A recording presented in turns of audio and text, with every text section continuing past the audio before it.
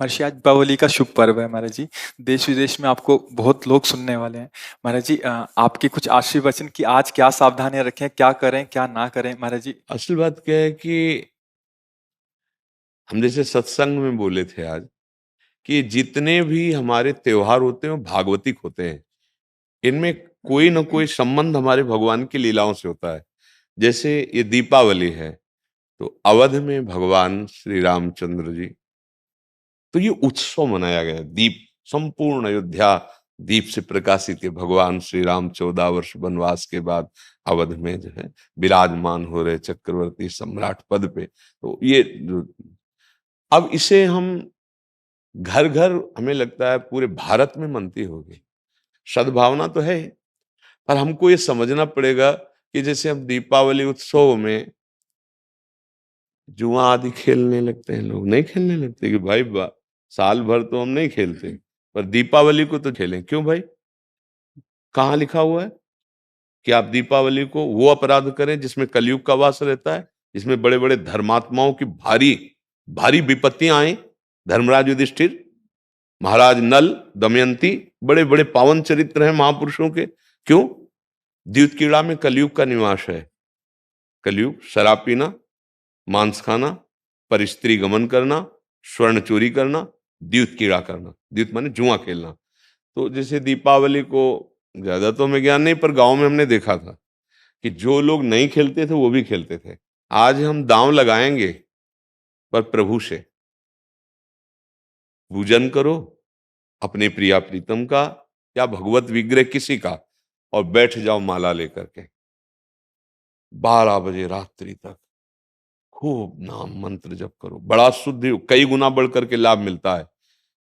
दीपक जला लो घी का, खूब गुरु मंत्र जपो, नाम जप करो, द्यूत कीड़ा आदि नहीं। ये सब आपको असत मार्ग में ले जाएगी। तो ये जो हमारा त्योहार है, इसका आंतरिक भी स्वरूप है। हमारे हृदय में भक्ति कर दीप, प्रेम करी बाती। हमारे अंदर ज्ञान का प्रकाश, जैसे हम घर में दीपक जलाते हैं तो अंधेरा जाता है ना, बाहर के अंधेरे जाने से हमारे हृदय का अंधकार तो नहीं मिटेगा ना। तो हमें हृदय का भी अंधकार नष्ट करना है। जब बाहर की दीपावली इतनी खुशी दे सकती है, तो अगर अंदर की दीपावली हो जाए तो कितना आनंद आ जाएगा। फिर तो हम आनंद सिंधु में डूब जाएंगे। कौन सा दीप अंदर जलाया जाता है? भक्ति का दीपक और प्रेम की बाती। अगर भक्ति का दीपक प्रेम की बाती हो जाए तो उस प्रकाश जो प्रकट होता है उसे ज्ञान कहते हैं। उस ज्ञान से ये जितनी भी चिंता, शोक, दुख, मृत्यु आदि का भय है, ये सब नष्ट हो जाएगा। आप शरीर नहीं हैं, आपका स्वरूप सच्चिदानंद है। किसी भी शस्त्र अस्त्र की ताकत नहीं कि आपको मार सके, और ये शरीर बच नहीं सकता, क्योंकि ये प्रकृति का है और ये मरेगा। जैसे ये बच्चा से कब जवान हुआ, कब बूढ़ा हुआ आपको पता नहीं चला, ऐसे ही कब मृत्यु आ जाएगी आपको पता नहीं चलेगा, और शरीर छिन जाएगा। ये प्रकाश होता है अंदर। और जब ये बात पता चल जाती कि मैं कौन हूं, तो नाच पड़ता है आत्मानंद। यज ज्ञात्वा स्तब्धो भवति, मत्तो भवति, आत्मा रामो भवति। जिसको जान लेने पर वो शांत हो जाता है, वो मस्त हो जाता है, वो आत्मा राम हो जाता है। ये आई दिवाली अंदर की। तो ये भक्ति कर दीप और प्रेम कर बाती किसी बाजार में नहीं मिलती है। ये बाहरी दीपक और बाती तो बाजार में मिल जाती है, लेकिन ये भक्ति कर दीप प्रेम कर बाती कहाँ मिलेगी? बोले साधु संगति करी अनुदिन राती। यदि भगवत प्रेमी महात्माओं का संग हो जाए तो दीपक भी मिल जाएगा, बाती भी मिल जाएगी, और प्रकाश भी हो जाएगा, और अज्ञान अंधकार नष्ट हो जाएगा। हमें लगता है खूब बढ़िया दीपक जलाए और मंजीरा उठावे, भगवान नाम कीर्तन करे 10 20 50 लोग मिलके, फिर एकांत में नाम जप करे, ठाकुर जी को भोग लगाए, आरती करे। तो ये सात्विक, भगवान आए तो सब उत्सव मनाए, आनंद मनाए, आसुरी प्रवृत्ति वाला कोई भी कार्य ना हो। और अंदर भी जब हम नाम जप करेंगे, भक्ति करेंगे, तो अंदर प्रकाश बहुत जरूरी है। आज हमारे बाहर तो प्रकाश की बहुत बढ़िया व्यवस्थाएं हैं, हाइलोजन बिजली सब चल रही। जब बिजली नहीं तो जनरेटर से चल जाएगा। अंदर अंधकार छाया हुआ है, नहीं छाया हुआ?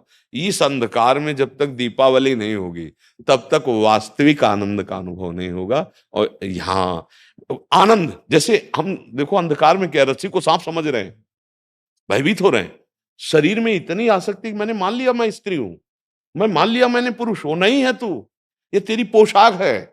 और जितने भी दुख हैं सब इसी में आते हैं। तू काहे को इसको पकड़े हुए है? तू अपने स्वरूप को देख, तू अलग है। अब ये बात समझने के लिए साधन चाहिए। अब तुम गंदे आचरण करते हो, गंदा चिंतन करते हो, कैसे तुम अपने स्वरूप को जानोगे? तो यही ज्ञान प्रकाश, यही ज्ञान हो जाए कि मैं भगवान का अंश हूं, जैसे भगवान कहते हैं ममैवांशो, और भगवत प्राप्ति करना मेरा परम धर्म है। अब आनंदमय गृहस्थी में महात्मा हो जाओगे। इतना आनंद रहता है उसको जो भगवत प्राप्त है, जो भगवान के चिंतन में। भारी से भारी दुख उसे कहीं भी विचलित नहीं कर सकता। आएगा दुख, बचो। दुख आने के पहले जहां दुख का प्रहार होना है, उससे अलग हो जाओ। बिल्कुल आप अलग हैं। जैसे मेरी टेबल, मेरा हाथ, तो मैं हाथ तो नहीं हूं ना। ऊपर पूरे मेरा शरीर, खुद आप बोल रहे हैं मैं शरीर, ऐसा तो नहीं कोई कहता। मेरा शरीर मतलब ये मैं नहीं हूं। ठीक, अंदर चलते हैं। मेरा मन, मेरी बुद्धि, मैं तो नहीं बोला। फिर और अंदर चलते हैं, कारण शरीर, वो स्वभाव का आ जाता है। बोले मेरा स्वभाव ऐसा नहीं है। आप इस अलग को अपने में धर लिए, अब दुर्गति हो रही। मैं धनी, मैं निर्धन, ये प्रपंच छा गया। बस इसी दीपावली में ये देख लो प्रकाश में कि तुम ये नहीं हो जो तुम दुख पा रहे हो। तुम दुख, कोई भी दुख तुम्हें छू नहीं सकता। आनंद सिंधु का बच्चा आनंद सिंधु है। ईश्वर अंश जीव अविनाशी, चेतन अमल, सहज सुख राशि। मुझे तो लगती यही दीपावली हमारे हृदय में भी जलनी चाहिए। बाहर सावधानी पूर्वक नाम जप करें, अच्छे भोग प्रभु को लगावें। ये उद्दंडता वाले कार्य, जुआ खेलना, ये सब ऐसे कार्य ना करें। और अंदर की दीपावली जलाने की भी एक बार कोशिश करें। अगर जल गई तो जन्म मृत्यु रूपी भय से मुक्त हो जाओगे। और ये शरीर केवल इसीलिए मिला है, नहीं तो भटकना ही भटकना है हमारी पास। महर्षि, एक विशेष पर्व पे आपने किसी को बोला था कि आज ये ऐसा पर्व है, आज से दृढ़ निश्चय करो कि आज से मैं ये व्यसन छोड़ दूंगा। तो महर्षि जी, आज बहुत सारे नए युवक भी आपसे जुड़े हैं महर्षि जी। तो महर्षि जी, आपकी तरफ से उनके लिए, क्योंकि उनको एक दृढ़ता चाहिए कि कोई तो एक बोले हमें कि आज से व्यसन नहीं करूंगा हाँ, मैं। हम तो प्रायः हर एकांतिक के समापन में सबसे कहते हैं, ए भैया तुम आए हो, आज से तुम गलत आचरण न करो, शराब न पियो, माताओं बहनों की तरफ पाप दृष्टि से मत देखो। माता पिता को भगवत भाव से देखने के लिए बुद्धि शुद्ध चाहिए। जगत में अगर उन्नति प्राप्त करना है तो बुद्धि शुद्ध चाहिए। शराब पीना, मांस खाना, व्यभिचार करना, जुआ खेलना, चोरी, हिंसा, बड़े बड़े गंदे आचरण होते जा रहे हैं नई समाज के। और वो मोटरसाइकिल से बगल से निकले, कोई बहन मोबाइल से बात कर रही, ऐसा झटका कि नाक के बल गिर गए, मुंह के बल गिर गए। कितने का मोबाइल? जंजीर सोने की चैन कितने को की? 40,000, 50,000। पकड़ा, राक्षसी बुद्धि से खींचा, और वो तो मोटरसाइकिल में बैठा, ऐसा खींचा, वो कई तरह गिरती ये क्या हो गया? बुद्धि भ्रष्ट हो गई। हमें लगता है कि अगर हमारी बात आपके कान तक पहुंचे, जो तुम्हारी दुर्गति कराने वाली बात है, अगर इसको छोड़ दो तो हमें सुख मिलेगा कि हमारा भारत देश का समाज एक धार्मिक समाज, एक शांति प्रिय समाज और स्वयं परमानंद में डूबने वाला बन जाए। ये तुम्हें नशेबाजी, गंदे आचरण, बड़ा देखो ना क्या परिणाम होता है। मान लो 2-4 बार नहीं पकड़े गए आप, लेकिन जब पकड़े जाओगे तब तब ऐसी पिटाई होगी यहाँ, और आजीवन का। अगर छूट भी गए तो यहां से तुम भले छूट जाओ किसी प्रमाण देकर, लेकिन एक और न्यायालय है जहां राय पाई की चूक नहीं होती, कोई घूस नहीं चलती, वहां के न्यायालय से डरो पक्का। यहां तो मान लो आप इधर उधर करके प्रमाण दे के बच सकते हो या कुछ ले दे के, लेकिन एक न्यायालय जहां कुछ लेना देना नहीं है, किसी गवाही की जरूरत नहीं, वो स्वयं सर्व साक्षी हो। तो पाप कर्म का त्याग, गंदे व्यसन, गंदे आहार का त्याग, यही भारी उत्सव हो जाएगा। यही हम भेंट मांगते हैं। जब कोई एकांतिक में कभी भाव आता है तो ये कहते हैं आप सब ये गंदे आचरण यहाँ छोड़ जाओ, धाम है भगवान का। और जो मान लो ठीक कहा कि दिवाली का पर्व है तो कुछ न कुछ लेन देन भेंट होती है ना। भाई कोई परिजन आए, उनके खवाया खवाया पियाया कुछ, तो हमारी प्रियता यही है कि तुम सुखी रहो, तुम स्वस्थ रहो, तुम मुस्कुराओ, तुम आनंदित हो। कैसे? अच्छे आचरणों से, भगवान नाम जप से। अगर बुरे आचरण करोगे तो भाई तुम्हें रुपया शांति नहीं दे सकता। देखो, कोई वो चूक ना कर देना जो घर में, गांव में और समाज में आप ऐसे उठा के ना देख पाए। मात्र कुछ चंद रुपए के कारण जब हमारी बात बिगड़ जाती है तो हमारी पदवी और समाज की प्रियता सब नष्ट हो। एक गलती ने पूरा मिटिया मेट कर दिया। कोई अधिकारी जी थे तो उन्होंने मात्र 10,000 रुपए की वो प्रियता में उनको, उन्हीं के अधिकारी जन जो क्राइम विभाग कहते हैं, वो उनको ऐसे बुरी तरह पकड़ के ले जा रहे थे। तब मुझे किसी के दबाव और प्रलोभन में आकर कभी वो मत करना कि एक न्याय और विभाग है, वहां तुम्हें कटघरे में खड़ा किया जाए, क्योंकि सबका न्यायाधीश श्री कृष्ण है। वो जब न्याय करता है तो वहां किसी गवाही की जरूरत नहीं रहती। आपका पद, आपकी जो योग्यता, वो हमारे समाज के मंगल के लिए। आप नमक रोटी खाओ, भले आप कष्ट से जियो, लेकिन आप आंख झुकाने वाले नहीं बनो। आंख में आंख डाल के बात करने की क्षमता रहे और अपने पद के द्वारा अधर्म को दंड देने की क्षमता रहे। अगर आप गलती कर दिए तो पढ़ाई लिखाई, माता पिता, समाज, इससे आप आंख नहीं मिला पाएंगे, सब व्यर्थ हो जाएगा।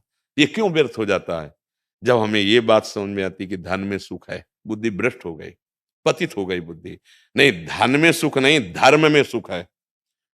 आप देखो ना, बहुत आप अधर्म पूर्वक धर्म ले तो आप देखो आपका परिवार बिखर जाएगा, अशांति पैदा हो जाएगी।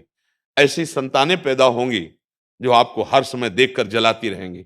पक्का विश्वास मानना, अधर्म के धन से कभी सुख शांति नहीं मिलती। और ये अधर्म तभी होता है जब हमारी बुद्धि खराब हो, और बुद्धि खराब तभी होती है जब ये 6 बातें होती है। पक्का समझ लेना, शराब पीना, मांस खाना, परिस्त्री से या परपुरुष से व्यभिचार करना, और हिंसा करना, और चोरी करना, द्युत कीड़ा आदि चोरी करना, जैसे ये चोरी ही मानी जाती है।